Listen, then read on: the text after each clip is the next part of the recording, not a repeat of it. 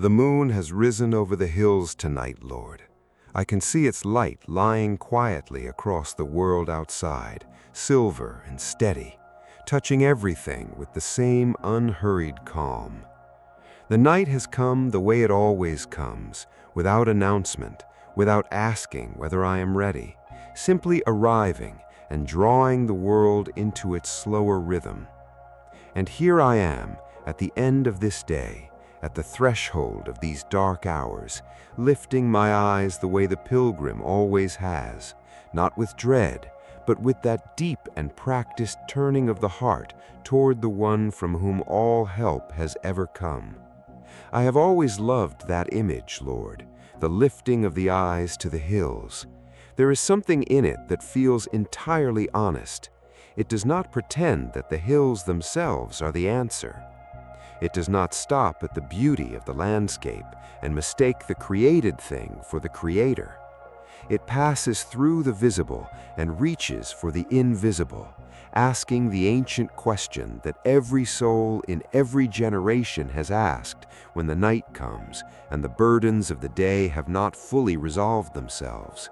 From where does my help come? And the answer, as it has always been, as it will always be, is you.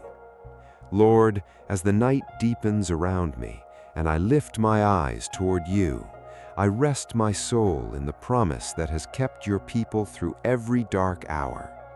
Psalm 121, 1-8.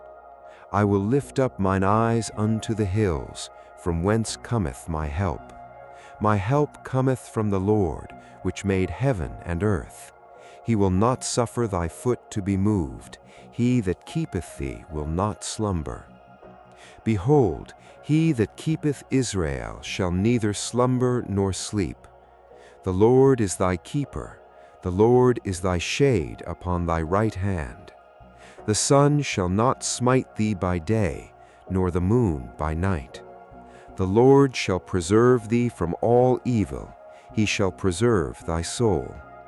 The Lord shall preserve thy going out and thy coming in from this time forth and even forevermore.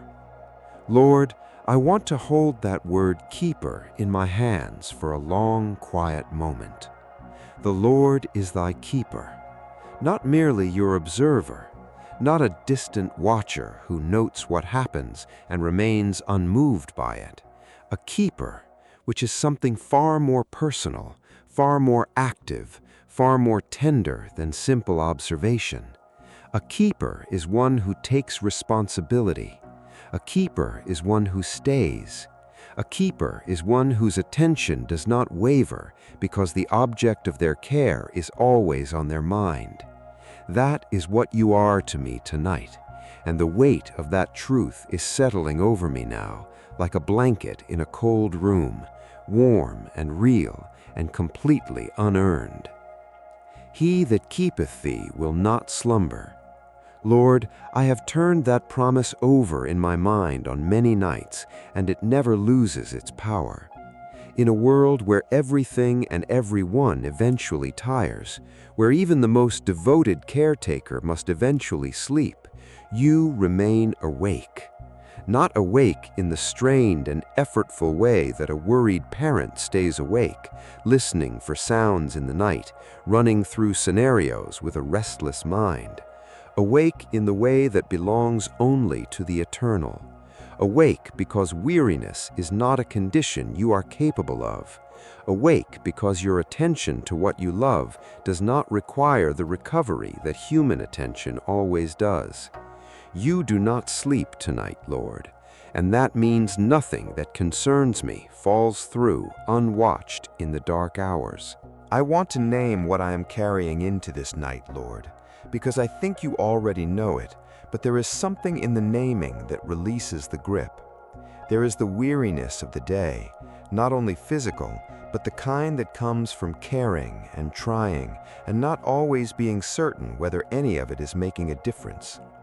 There is the low, quiet hum of a concern that has been with me for days, something I cannot fully solve by thinking about it longer, and yet find difficult to stop thinking about. There is the tenderness around a relationship that matters deeply to me and feels, in this moment, a little fragile. I lay these before you now, one by one, not as complaints, but as offerings, trusting that your keeping extends to each one of them as fully as it extends to me. The Lord shall preserve thee from all evil. He shall preserve thy soul. There is a layered quality to that promise, Lord, that I do not want to pass over too quickly tonight. First, the outer keeping, preservation from evil, from harm, from the things that would damage and diminish, and then the inner keeping, the soul itself held in your care, the deepest part of me preserved through every dark passage and uncertain hour. Both matter, both are real, and both are yours to accomplish. I do not need to arrange my own preservation tonight. I do not need to lie awake constructing invisible defenses around myself or the people I love. The keeper is already at his work, and he is thorough. Psalm 91 verse 4 comes to me now like a gentle companion word to this night, the image of being covered with feathers, sheltered under wings, with truth as a shield and buckler through the dark hours. The two psalms belong together in the nighttime hours, Lord. Psalm 121 lifting the eyes outward toward the hills and the great Maker who stands behind them, and Psalm 91 drawing the gaze inward and downward into the close and feathered shelter of the Almighty's own nearness. Tonight I need both.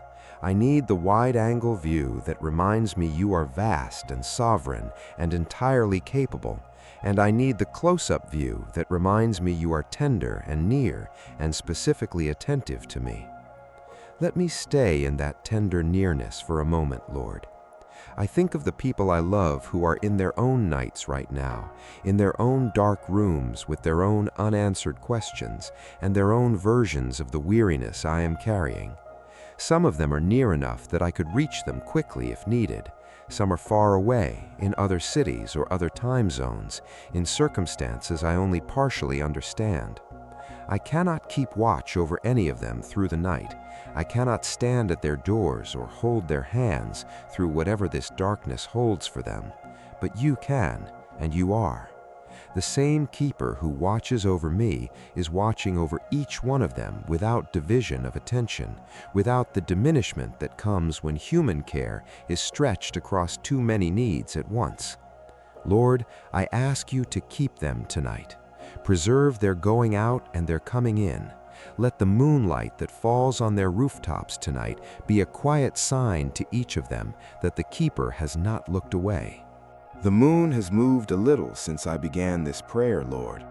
The night is settling more deeply into itself, and I find that something in me is settling too.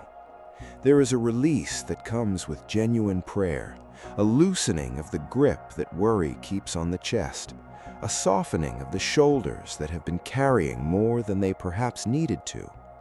I do not know how you do it, but you do it. You take the act of turning toward you and use it to accomplish something in me that I could not accomplish by any other means. The hills are still outside. The moon is still moving in its slow arc, and you are still keeping, unwearied and unhurried, faithful as you have always been. He will not suffer thy foot to be moved. I want to rest in that promise as I move toward sleep tonight, Lord. Not the foot that walks in daylight on visible paths, though that too, but the foot of the soul, that interior steadiness that keeps a person grounded when circumstances press from every side. Let my footing hold tonight, not because I have found some perfect balance of my own, but because the keeper has his hand upon me and does not let go. Let the ground beneath me be the ground of your faithfulness, which does not shift with the night wind or give way under the weight of all that is uncertain. The Lord shall preserve thy going out and thy coming in, from this time forth and even forevermore. That phrase reaches beyond tonight, Lord, beyond this particular moon and this particular room and these particular concerns I have placed in your hands. It reaches into every tomorrow I have not yet lived, into every threshold I have not yet crossed, into every morning I will wake to and every night I will return to. Your keeping is not a temporary arrangement made for difficult seasons and withdrawn when things improve. It is an evermore keeping, of from this time forth keeping, which means it began before I was aware of it and will continue long past my ability to track it. I am grateful tonight, Lord, grateful for the moon over the hills that reminded me to lift my eyes, grateful for the ancient words of the pilgrim that have carried generations of your people through their night hours and now carry me through mine. Grateful for a keeping that does not depend on my remembering to ask for it, though I am asking now, gratefully and gladly. Grateful that the night is not an absence of your attention, but simply a different theater of your faithfulness. The room is quiet now. The day is fully behind me, and the night is fully here, and I am held in the space between them by a keeper who knows my name and never tires of it. I place into your hands everything that remains unresolved. I place into your hands the people who matter most to me. I place into your hands my own soul, this weary and grateful and still learning soul, and I trust you with it through every hour of this night. Keep me, Lord, keep all that I love, and let the morning find us held and whole in your unchanging care. Amen.